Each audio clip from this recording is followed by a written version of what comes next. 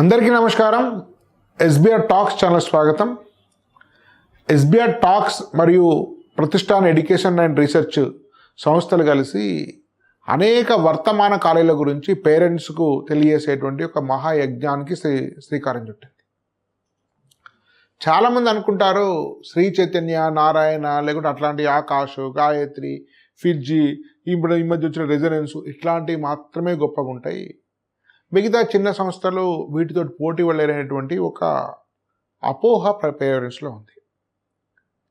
వ్యక్తిగతంగా నేను ఏమనుకుంటానంటే, ఎడ్యుకేషన్ అంటే కొద్దిమంది మంచి పీపుల్, పిల్లల పట్ల ప్రేమ ఉండి సమర్థత కలిగిన వాళ్ళు స్థాపించి స్వతంత్రంగా ఒక డెమోక్రటిక్ నేచర్లో అనేక సంస్థలు ఎదగాలి. దానిలో ఎవరికి కావాల్సిన సంస్థ వాళ్ళు ఎన్నుకోవాలనేది అట్లా ఉంటే అది మెరుగైనటువంటి విద్యా వ్యవస్థ అని నేను భావిస్తాను. దానికోసము ఈ మెయిన్ స్ట్రీమ్ ఎడ్యుకేషన్ సోకాల్డ్ కార్పొరేట్కు ఆల్టర్నేట్గా అనేక సంస్థలు చాలా కష్టపడి నిష్ఠతో పనిచేస్తున్నాయి. కానీ వాటి గురించి సమాచారం లేదు. వారికి కోట్ల రూపాయలు ఇచ్చే అడ్వర్టైజ్మెంట్ ఇచ్చే ఆసక్తి లేదు, ఆ శక్తి కూడా లేదు.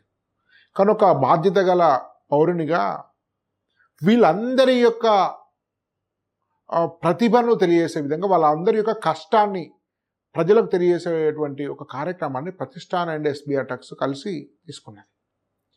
దానిలో భాగంగా అనేక కాలేజీలు, ముఖ్యంగా వర్తమాన కాలేజీలు, కొంతమంది యంగ్స్టర్స్ లేదా కొంతమంది సీనియర్ అధ్యాపకులు కలిసి ఒక మంచి విద్యా సంస్థ నెలకొల్పుతున్నటువంటి వాటిని గుర్తించి వారి గురించి పేరెంట్స్కు, స్టూడెంట్స్ తెలియజేస్తున్నారు. అట్లాంటి మరొక అద్భుతమైనటువంటి కాలేజ్ ఇగ్నైట్. ఇది జేఎన్టీయు మెట్రోకు అతి సమీపంలో ఉంది. వీరు 8 సంవత్సరాల నుంచి సంస్థను నడుపుతున్నారు. అపార అనుభవం గల రమేష్ గారు దీన్ని స్థాపించారు. ఇది చాలా విలక్షణమైనటువంటి సంస్థ. హైదరాబాద్ అనేక సంస్థలు ఇచ్చిన ఎవరి ప్రత్యేకత వారిదే. ఇగ్నైట్ ప్రత్యేకత ఏంటంటే చాలా సాదాసీదా కనిపిస్తూ, చాలా ఆహ్లాదభరితంగా స్టూడెంట్స్ ఉంచుతూ, మామూలుగా ఇవాళ రేపు కోచింగ్ ఫీజులు పెరుగుతున్న క్రమంలో మధ్యతరగతి వారికి అందుబాటులో ఉండే ఫీజులోనే మంచి విద్య అందిస్తూ అద్భుతమైన రిజల్ట్స్ సాధిస్తారు. దాదాపు మొన్న తక్కువ మంది స్టూడెంట్స్ 700కు దాదాపు 700 మార్కులు 3 స్టూడెంట్స్ సాధించారు. దానిలో బయాలజీలో 10% మార్క్స్ వచ్చిన స్టూడెంట్స్ కూడా ఉన్నారు. అసలు ఇది ఎట్లా సాధ్యమవుతుంది అంటే, తక్కువ ఫీ తోటి అద్భుతమైనటువంటి విద్యను అందించు, ఆహ్లాదభరితంగా స్టూడెంట్స్ ఉంచుతూ మంచి రిజల్ట్ సాధించడము ఎట్లా సాధ్యమైంది? అసలు ఇగ్నైట్ ఇట్లా ఎదగడంలో, ఇంత వ్యాపారమైన వాటిలో, ప్రపంచ వాతావరణంలో ఇంత గొప్ప సంస్థగా దినదిన ప్రవర్ధమానం ఎట్లా అయిందన్న విషయం ఇగ్నైట్లోని డైరెక్టర్ మరియు సీనియర్ ఫ్యాకల్టీతో మనం మాట్లాడి తెలుసుకుందాం. అందరూ కూడా వీడియో చివరి వరకు చూడండి. చాలా చాలా ముఖ్యమైన వీడియో. నేను ముందుగా పరిచయం చేసిన తర్వాత చర్చలోకి వెళ్దాం. ముందుగా రమేష్ సార్, డైరెక్టర్, స్వయంగా కెమిస్ట్రీ ఫ్యాకల్టీ, అపార అనుభవం ఉండి వారు వ్యవస్థాపకులుగా ఉన్నారు. అదే ఇంకా పురుషోత్తం సార్, మాకు గురుతుల్యుడు వారు, వారితో ఇదివరకు వీడియో చేశాను. బహుశా హైదరాబాద్లో ప్రస్తుతం పనిచేసిన బహుశా సీనియర్ మోస్ట్ ఫ్యాకల్టీ కెమిస్ట్రీ. ఇప్పుడు చాలా చాలా ఉన్నత స్థానంలో నెంబర్ వన్ చెప్పుకునేటువంటి సంస్థలలో ఉన్నత స్థానంలో పనిచేశారు. వారి కంట్రిబ్యూషన్ ఆ సంస్థ ఎదుగుదలలో చాలా ఉంది. తర్వాత శేఖర్ బాబు గారు, వారు కూడా సోకాల్డ్ కార్పొరేట్ కాలేజీలో నెంబర్ 1 అని చెప్పే కాలేజీలో చాలా సంవత్సరాలు పనిచేసి ప్రస్తుతం ఇగ్నైట్ రూపకర్తతో పాటుగా దీన్ని పైకి తీసుకురావడంలో వారు కృషి చేస్తున్నారు. వారు కూడా physics faculty. So sir, Ramesh sir, మీరు చెప్పాలి, ఇవాళ రేపు ఏమైపోయిందంటే, అంటే కాలేజీ సీట్ రావాలంటే మా దగ్గరనే ఏరాలి. మా దగ్గర ఏరితే ర్యాంకులు వస్తాయి, ఇంకెవరి దగ్గర ఏరినా రావు. ర్యాంకులు వచ్చినాయని మావే. ఇంకెవరు కూడా మాకు వ్యతిరేకంగా సంస్థను పెట్టిన వాళ్ళు అందరినీ కూడా క్లోజ్ చేసినాం, ఎవరు కూడా లేకుండా చేసినాం. నేను పనిచేసినప్పుడు 6 కాలేజీలు సమాన స్థానంలో ఉండే 23 ఏళ్ళ కింద. ఇప్పుడు అవేవి లేకుండా అయిపోయినాయి. సో అట్లాంటి పరిస్థితి ఎవరు కూడా మాకు పోటీగా నిలబడినటువంటి సమయంలో మీరు జేఎన్టీయు దగ్గర పెట్టి 8 ఏళ్ళ నుంచి స్థిరంగా నిలబడి చాలా ప్రశాంతంగా పనిచేసుకుంటూ అద్భుత రిజల్ట్ సాధించారు. అసలు మీకు ఎట్లా సాధ్యమైంది? ఫస్ట్ థింగ్ భాస్కర్ గారు, మాకు ఏ కాలేజీ కంపారిజన్ కాదు. ఓకే, మేము ఇయర్ బై ఇయర్ స్టూడెంట్స్కి ఎలా బెటర్గా సర్వీస్ అవ్వగలుగుతాం అనుకున్నాం ఫస్ట్ థింగ్. ఓకే. సో మా ఇంటెన్షన్ కూడా ఏంటంటే, ఫస్ట్ థింగ్ ఏంటంటే, ఈ సోకాల్డ్ కార్పొరేట్ కాదు మేము అందరం వర్క్ చేసి ఇచ్చిన వాళ్ళమే. పురుషోత్తం గారు, శేఖర్ బాబు సార్, నేను కూడా. సో అలా కాకుండా డిఫరెంట్గా రన్ చేయాలనుకుంటున్నాం. ఫస్ట్ థింగ్ అదే. ఓకే.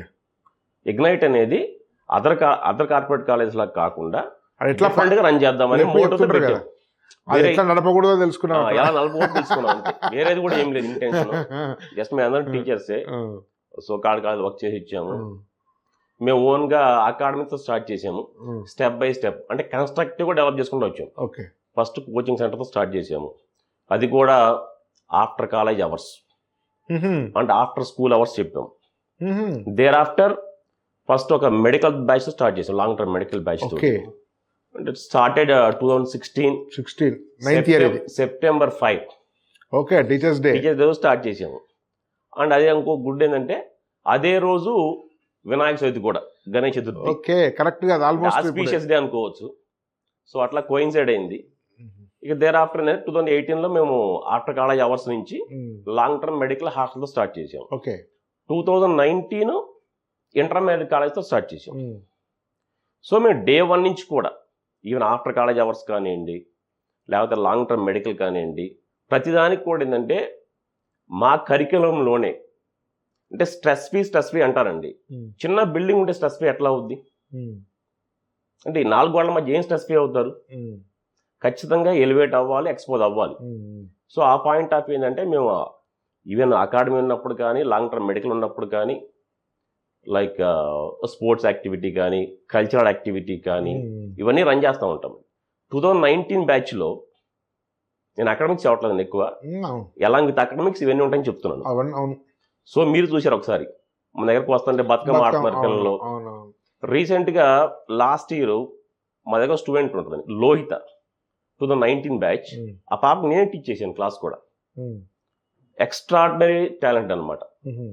క్లాస్లో 50 మెంబర్స్ ఉన్నారు అనుకోండి, బ్యాచ్లో అరౌండ్ 40-50 ఉంటారు ఆ బ్యాచ్కి. ఫస్ట్ టీచ్ చేస్తే ఫస్ట్ ఆన్సర్ ఆమె దగ్గర నుంచి వచ్చింది.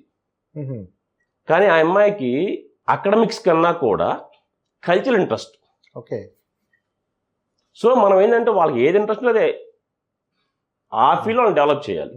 నేనైతే లిటరల్గా చెప్పాను పాపకి, నీకు ఏ టైం కావాలంటే ఆ టైం వెళ్ళిపోమ్మా, నీకు ఎందుకంటే along with academics your concentrating culture also. తను ఒక స్కూల్ రన్ చేసేది, ప్లే స్కూల్ కాదు, మ్యూజిక్ స్కూల్ రన్ చేసేది at the age of 16-17 years. అంటే తనకు అంత ప్యాషన్. సో ఇవి కూడా ఎంకరేజ్ చేస్తాం. థింగ్ ఏంటంటేనండి, ఒకరోజు నాకు బాగా గుర్తు, ఆట అని ఉంటుందండి, ఆట అంటే అమెరికన్ తెలుగు అసోసియేషన్. ఒకరోజు పాప మాకు ఇన్విటేషన్ ఇచ్చింది, సార్ నాది ఆట ప్రోగ్రామ్ ఉందండి రవీంద్ర భారతిలో. ఆ రోజు మేము వెళ్ళామండి ఆట ప్రోగ్రామ్కి. తను ఇది ఆల్మోస్ట్ ఏదో సంథింగ్ కల్చరల్ ప్రోగ్రామ్, గోదా కళ్యాణం. లిటరల్గా 1 hour షో అండి. అప్పట్లో మనకి అప్పుడు రేవంత్ రెడ్డి గారు అపోజిషన్ పార్టీలో ఉండేవాడు. ఓకే. రేవంత్ రెడ్డి గారు, కిషన్ రెడ్డి గారు, అండ్ అప్పట్లో బీఆర్ఎస్ టీఆర్ఎస్ ఉంటాం కదా సార్, ఆ గవర్నమెంట్ క్యాబినెట్ మినిస్టర్స్ అందరూ ఇచ్చారు. ఓకే. సో అంతమంది కూడా ఆ 1 hour పిన్ డ్రాప్ సైలెంట్ కూర్చున్నారండి. అబ్బా. సో తర్వాత యాక్చువల్గా తనకు కూడా షీ స్కోర్డ్ అరౌండ్ 975-980 మార్క్స్ వచ్చినాయి ఐపీలో. తర్వాత పాప తన ప్యాషన్ డిఫరెంట్గా ఉంది, ఇంట్లో ఫ్యామిలీ సిచ్యువేషన్ వల్ల మళ్ళీ ఇంజనీరింగ్ వచ్చింది అనుకోండి, దట్ ఈస్ డిఫరెంట్ స్టోరీ. అంటే తన ఆట కానీ రీసెంట్గా ఏంటంటే తనకే మళ్ళీ థానాలు ఇన్విటేషన్ ఇచ్చారు. అంటే what I mean to say is what, along with academics we are concentrating sports as well as culture and best food facilities. Even we are providing all kind water in campus also. అంటే మా గురించి చెప్పడానికి 4 మాటలండి ఇవి. Okay. Okay. అంటే ఎలా అకాడమిక్సే మాకు ఫస్ట్ ప్రయారిటీ అండి. ఫైనల్ గా కల్చర్, స్పోర్ట్స్ ఎవరు అడగరండి. ఫస్ట్ ప్రయారిటీ మార్క్స్ ర్యాంక్స్ అడుగుతారు. 700 మార్కులు 720 ఒక చిన్న తక్కువ మంది ఉన్న కాలం ఎట్లా వస్తాయండి అకాడమిక్స్? వన్ మోర్ ఎగ్జాంపుల్ అండి, బెస్ట్ ఎగ్జాంపుల్. మాకు జశ్వంత్ రెడ్డి స్టూడెంట్ వచ్చాడండి. వాడు యాక్చువల్గా ఏంటంటే సంథింగ్ ఇంటర్మీడియట్ +2 కంప్లీట్ అయింది. హీ టుక్ 2 లాంగ్ టర్మ్స్ అండి, ఒక లాంగ్ టర్మ్ కాదు, 2 లాంగ్ టర్మ్స్ కోచింగ్ తీసుకున్నాడు. వాళ్ళ ఫాదర్కి ఏమో బాబుని డాక్టర్ చేయాలని, ఎందుకంటే ఫాదర్ కూడా డాక్టర్, ఆ లెగసీ కంటిన్యూ చేయాలి కదా. బట్ థింగ్ ఏంటంటేనండి, ఇక్కడ బాబుకి ఏమో అంత ఇంట్రెస్ట్ లేదు డాక్టర్ మీద. సమ్హౌ ఈ జాయిన్ ఇన్ ఇగ్నైట్. వాడు కట్ చేసిన డే 1 క్యాంపస్కి వచ్చిన డే 1 స్పోర్ట్స్ పంపించారండి. వాడు డిసైడ్ అయిపోయాడు, నేను ఇక్కడే చదువుతాను, ఇగ్నైట్లో వచ్చాడు.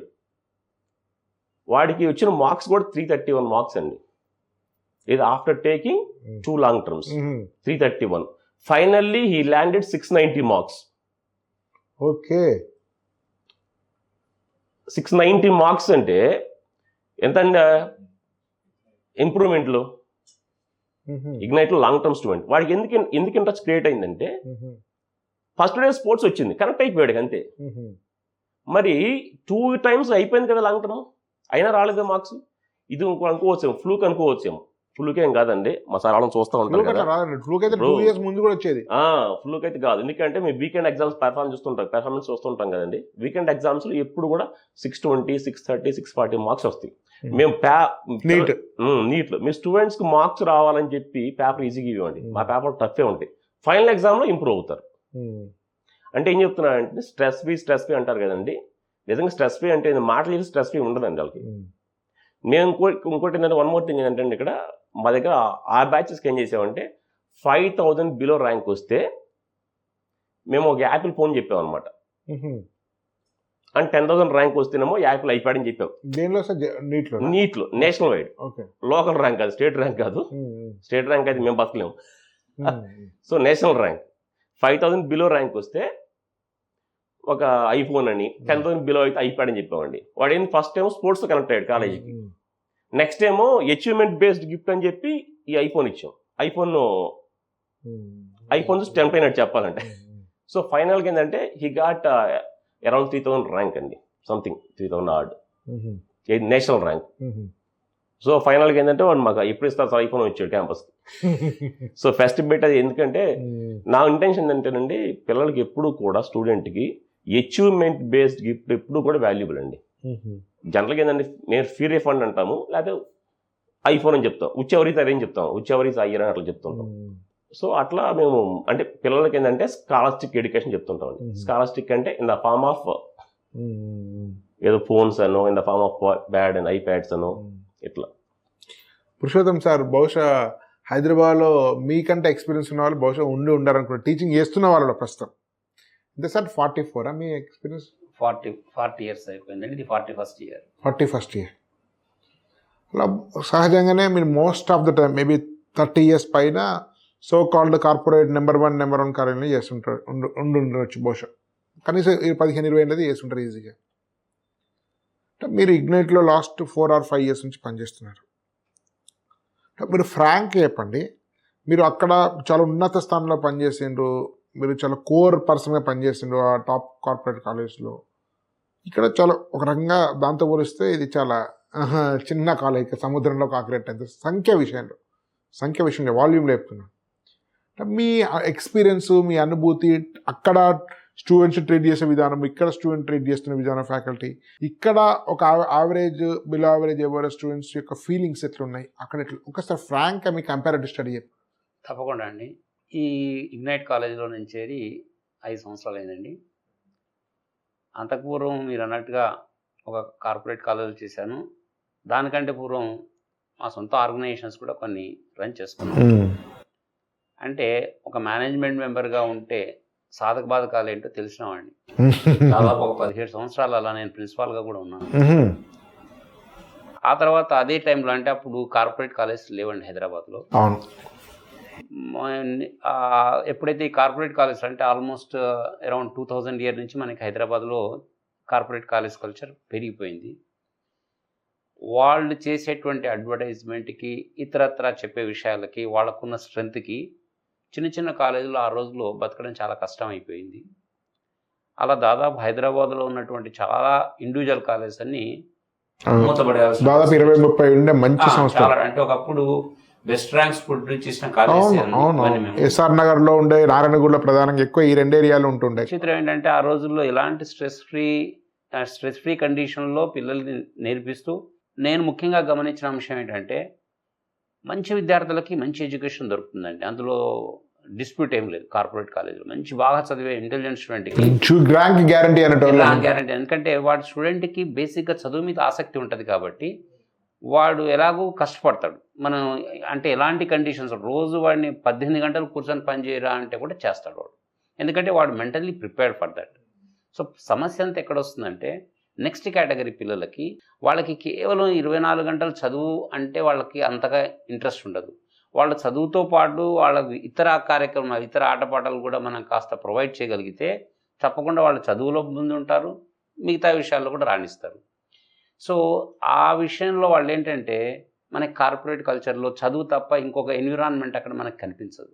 కాకపోతే ఇక్కడ నేను ఎంత హ్యాపీగా ఉన్నానంటే, నేను నా జీవితంలో ఎలా విద్యా వ్యవస్థ ఉంటే ఒక విద్యార్థికి మంచిగా ఉంటుంది, పేరెంట్స్కి బాగుంటుంది, సమాజానికి బాగుంటుంది అన్న అంశాలన్నింటినీ ఇక్కడ గమనించాను.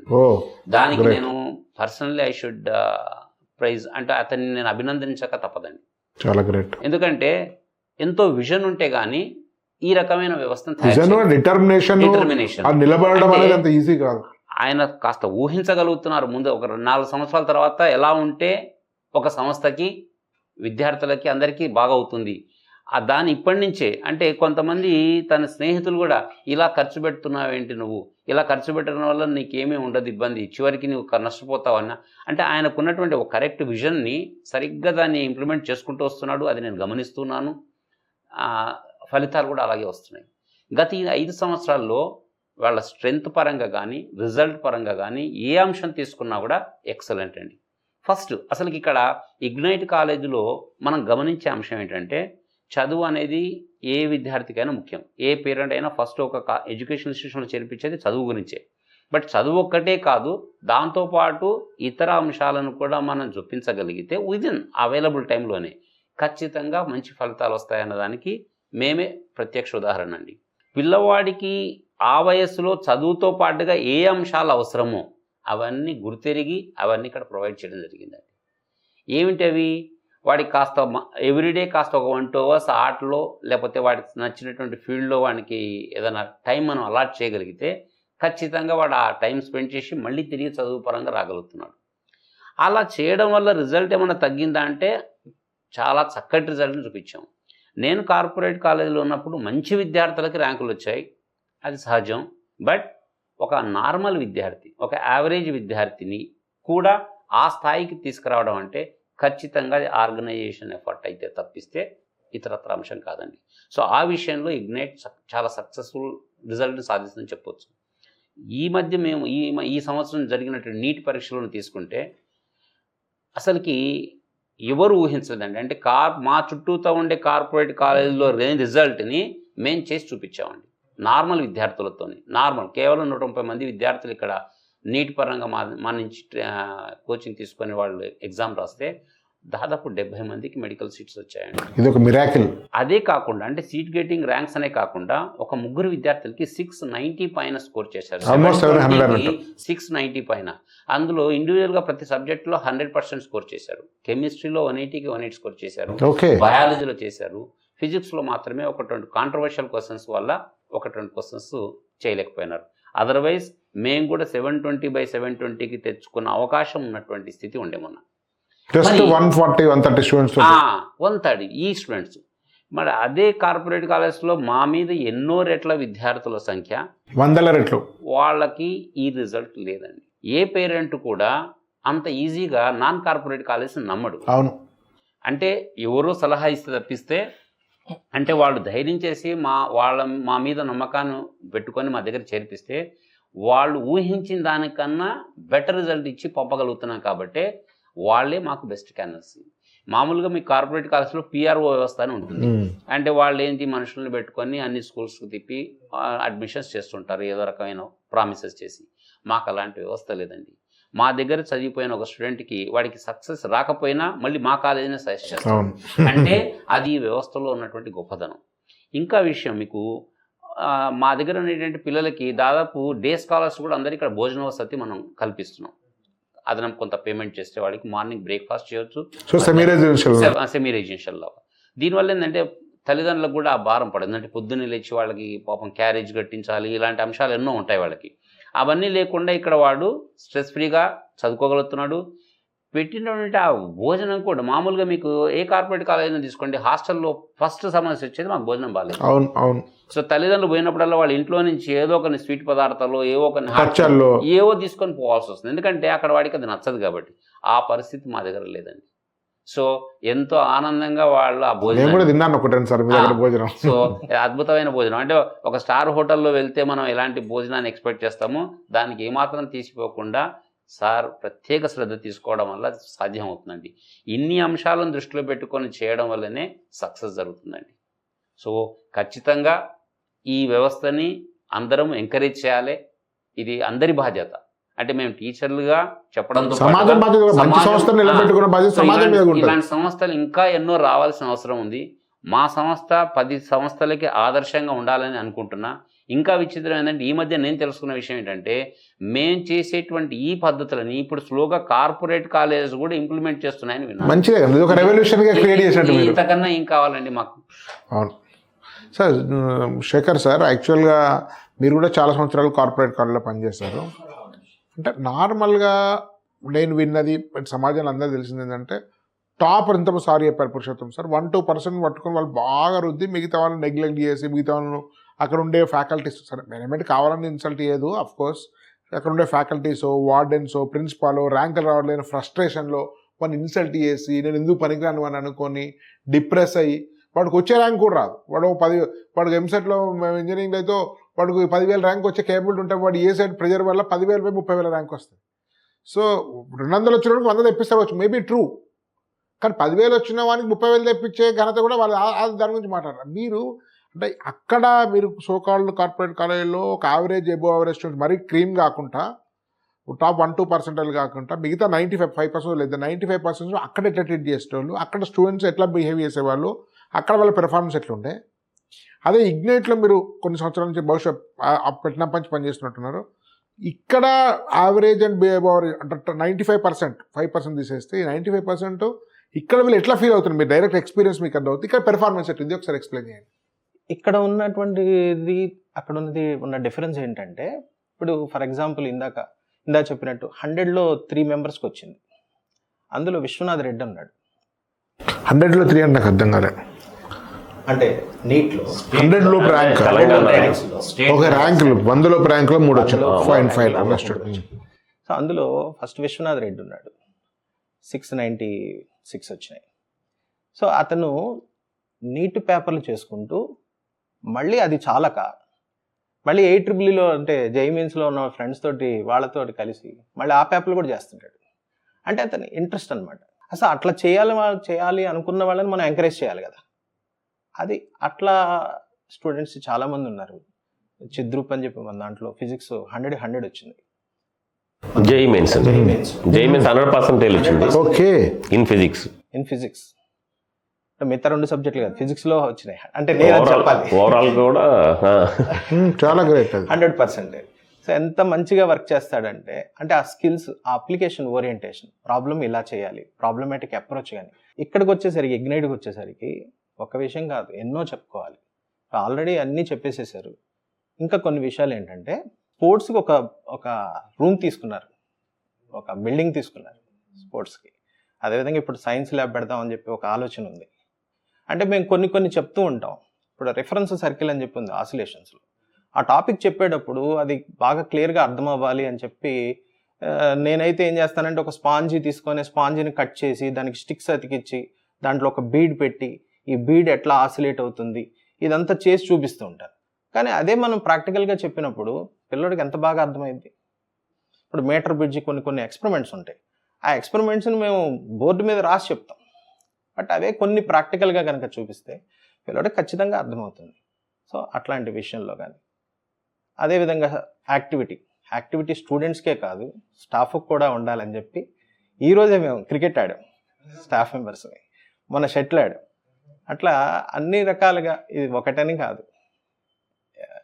రమేష్ సార్, యాక్చువల్లీ నేను మీ దగ్గరికి వచ్చినప్పుడు ఫస్ట్ టైం గమనించలేదు, కానీ సెకండ్ టైం వచ్చిన తర్వాత ఆడ కూర్చుంటే అన్ని పిల్లల యాక్టివిటీస్ అన్ని కనిపిస్తున్నాయి. తర్వాత సెకండ్ టైం థర్డ్ టైం గమనించేదాన్ని, స్క్రీన్ మీద పెద్ద టీవీ లాగా వస్తే అన్ని పిల్లలు చేసిన బతుకమ్మ అన్నవి, కల్చర్, డ్యాన్స్ అవన్నీ విజువల్స్ కనిపిస్తాయి. వాళ్ళు అక్కడ చూసుకున్నప్పుడు చాలా ఫీల్ అవుతారు. రెండోది నేను ఆశ్చర్యం గమనించిందంటే, నార్మల్గా ఇది నాకు కూడా ఐడియా రాలేదు అసలు, నేను కూడా ఇంప్లిమెంట్ చేద్దాం మీరు చూసిన తర్వాత. మీరు లంచ్ తీసుకెళ్తే లంచ్ తింటప్పుడు అక్కడ మ్యూజిక్ పాటలు వస్తాయి. ఇది ఎంత క్రియేటివ్ ఐడియా అని అంటే, తింటుంటాం మనం, అసలు ఎవరు దాన్ని పట్టించుకోరు. అంటే ఆ మ్యూజిక్ వినడం వల్ల టైం వేస్ట్ కూడా లేదు, తింటుంటే సరదాగా ఎంజాయ్మెంట్ చేస్తూ హ్యాపీగా తింటారు. అది ఒక ఎంటర్టైన్మెంట్, దానికి టైం వేస్ట్ కాదు. ఇట్లాంటి ఇంకేమి అసలు ఇగ్నైట్ కల్చర్ అనేది ఒకటి కనిపిస్తుంది నాకు. అంటే ఇగ్నైట్లో మాత్రమే ఉన్నటువంటి ఒక ప్రత్యేకమైన అంశాలు ఒకటిని గమనించాలి. ఇంకా కొన్ని ఇట్లాంటి అంశాలు చెప్పండి ఏమైనా. ఏముంటారు మాకు ప్రతి క్యాంపస్లో కూడా డైనింగ్ టైంలో ఖచ్చితంగా మ్యూజిక్ ప్లే అవుతుందని చెప్పాను. అది కూడా ఏంది మామూలుగా ఏదో మన వార్డెన్స్ లేకపోతే ఏమో జేఎల్స్ ఉంటారండి, వాళ్ళ సెల్ ఫోన్లో బ్లూటూత్ ఉంటుంది కదా, దానికి కనెక్ట్ అయిపోద్ది. అదేనండి. సో ఆ టైంలో రిలాక్స్గా హాఫ్ అన్ అవర్ 40 minutes ఉంటుందండి లంచ్ బ్రేక్. ఆ టైం రిలాక్స్గా అండి చిట్ చాట్లో ఉండే మ్యూజిక్ అంటారు, వెళ్ళిపోతారు అంతే. అంటే ఫన్ అంతే, అది అవసరం. సో ఇట్లాంటివి చాలా ఉంటాయండి. మా దగ్గర ఏంటంటేనండి, ఇప్పుడు పురుషోత్తం గారు బ్రదర్ గురించి తెలుసు యాక్చువల్గా. పురుషోత్తం గారు నెంబర్ 1 కెమిస్ట్రీ లెక్చర్ అండి సిటీలో, నో డౌట్. ఎందుకంటే మా దగ్గర ఎప్పుడు వచ్చిన కూడా టాపిక్ కెమిస్ట్రీ ఫస్ట్ నేమ్ అయితే పురుషోత్తం గారి పేరు చెప్తాను. సరే మేము సబ్జెక్ట్లో కొంచెం అటు ఇటు చెప్పాం కానీ బ్యాచ్లను కూడా, అయినా కూడా సార్ అనేది we can say best teacher అండి. అంటే సబ్జెక్ట్ వేరు, టీచింగ్ వేరండి.